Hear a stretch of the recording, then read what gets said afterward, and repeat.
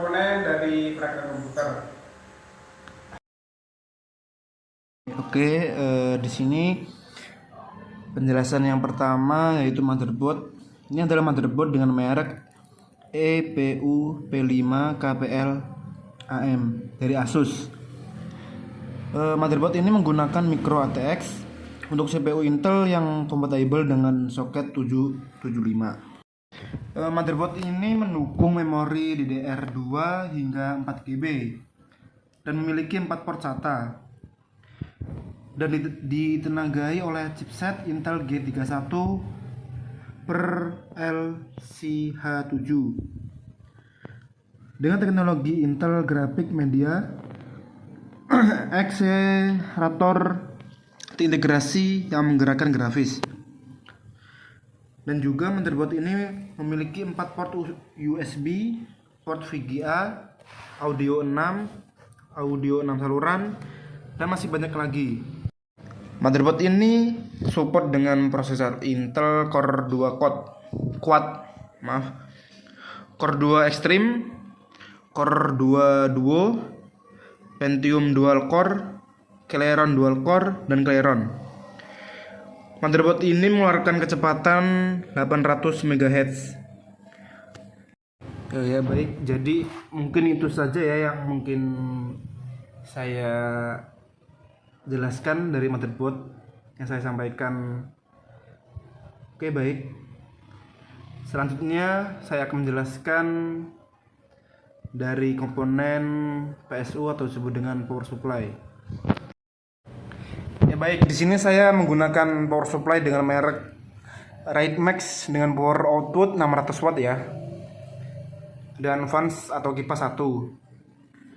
Main konektor 20 plus 4 pin ya. Untuk power supply ini AC input 230 volt 50 Hz.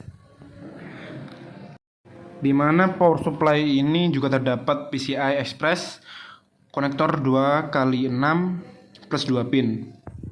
SATA power konektor 5. Modular, full modular, dan energi efisien 80 plus gold certificate.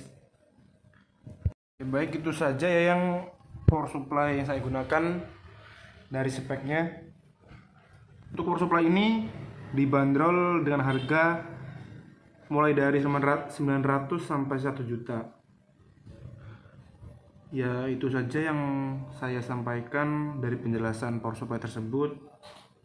Dan kemudian saya akan menjelaskan komponen dari RAM.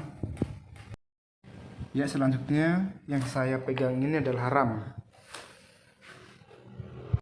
RAM ini hanya memiliki penyimpanan 512 MB saja ya, dengan tipe DDR2, di mana DDR itu singkatan dari Dynamic Random Access Memory, lebih dikenal sebagai DDR SDRAM atau disingkat DDR-RAM. Apa sih yang kalian ketahui tentang RAM? Jadi, RAM merupakan singkatan dari Random Access Memory. Secara teori, RAM memiliki prinsip kerja yang sama dengan memori internal. Secara definisi, tempat untuk penyimpanan data sementara ketika komputer atau laptop sedang digunakan atau dijalankan dan dapat diakses secara acak. Hanya saja RAM penyimpanan memori sementara ketika komputer tengah digunakan. Di sini saya akan mempraktekkan cara pemasangan RAM pada motherboard. Baik, yang pertama kalian harus memperhatikan dulu dari pin RAM ya. Dan jangan sampai kebalik. Kalau sudah terpasang dan pas, jangan lupa klik kancing pada ujung-ujung RAM tersebut. Simpel bukan cara pemasangan RAM? Ya, mungkin itu saja yang saya sampaikan dari penjelasan RAM. Selanjutnya di sini saya akan menjelaskan komponen dari prosesor.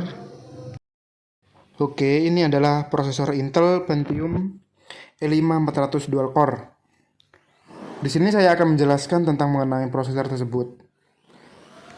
Prosesor ini memiliki jumlah inti 2, di mana terbilang inti yang menerangkan pemrosesan pusat mandiri dalam satu komponen komputasi atau disebut keping chip. Kemudian, frekuensi dasar prosesor ini yaitu 2,70 MHz. Frekuensi ini menunjukkan kecepatan transistor pada prosesor.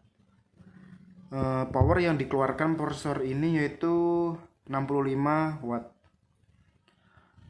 Untuk soket yang didukung yaitu LGA 775. Prosesor ini support pada motherboard ePU P5KPL AM. Seperti yang saya jelaskan pada motherboard sebelumnya ya. Untuk jumlah transistor keping pada prosesor ini yaitu 228 million. Ya mungkin itu saja yang saya dapat jelaskan ya dari prosesor tersebut. Untuk selanjutnya saya akan menjelaskan komponen dari hard disk. Baik, yang saya pegang ini yaitu hard disk atau HDD ya.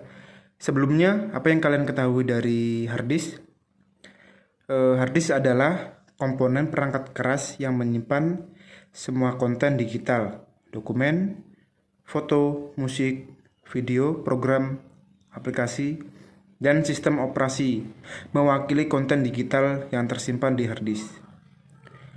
Hard disk ini dapat berupa eksternal dan internal. Jadi kebetulan yang saya pegang ini hard disk internal ya. Hard disk ini berkapasitas 250 GB. Kalau untuk spek hard disk ini yaitu form faktornya 3.5 inch dan interface SATA 3 dengan kecepatan 7200 rpm atau disebut juga revolution per minute dan memiliki berat 415 gram. Tetapi hard disk ini maksudnya hard disk Seagate ini lebih cepat panas ya karena memiliki RPM yang tinggi dan juga harganya yang lebih mahal dibandingkan hard disk sejenis merek lainnya. Untuk penjelasan hard disk ini itu saja yang saya sampaikan. Ya baik, untuk penjelasan yang terakhir yaitu mengenai casing komputer ya. Di mana casing komputer adalah rumah atau wadah bagi hardware atau perangkat keras komputer seperti motherboard, prosesor, video card, power supply, hard disk, optical drive, dan kipas pendingin. Untuk case yang saya gunakan ini support dengan motherboard yang tipe ATX, M-Min ATX, dan Mini ITX. Ya, kalau untuk manfaat dari casing komputer yang pertama yaitu sebagai pelindung sebuah komputer. Selanjutnya, casing PC memberikan nilai estetika dan dapat juga mengurangi kebisingan sebagai pendingin komputer dan sebagai pelindung aliran listrik. Ya baik, untuk penjelasan casing komputer mungkin itu saja yang bisa saya jelaskan. Untuk lebih jelasnya kalian bisa langsung searching ya di internet dengan jenis-jenis merek casing yang kalian inginkan. Baik, sekian dari saya yang dapat saya sampaikan dari penjelasan komponen komputer. Kurang lebihnya penjelasan yang saya sampaikan tadi saya minta maaf. Wassalamualaikum warahmatullahi wabarakatuh.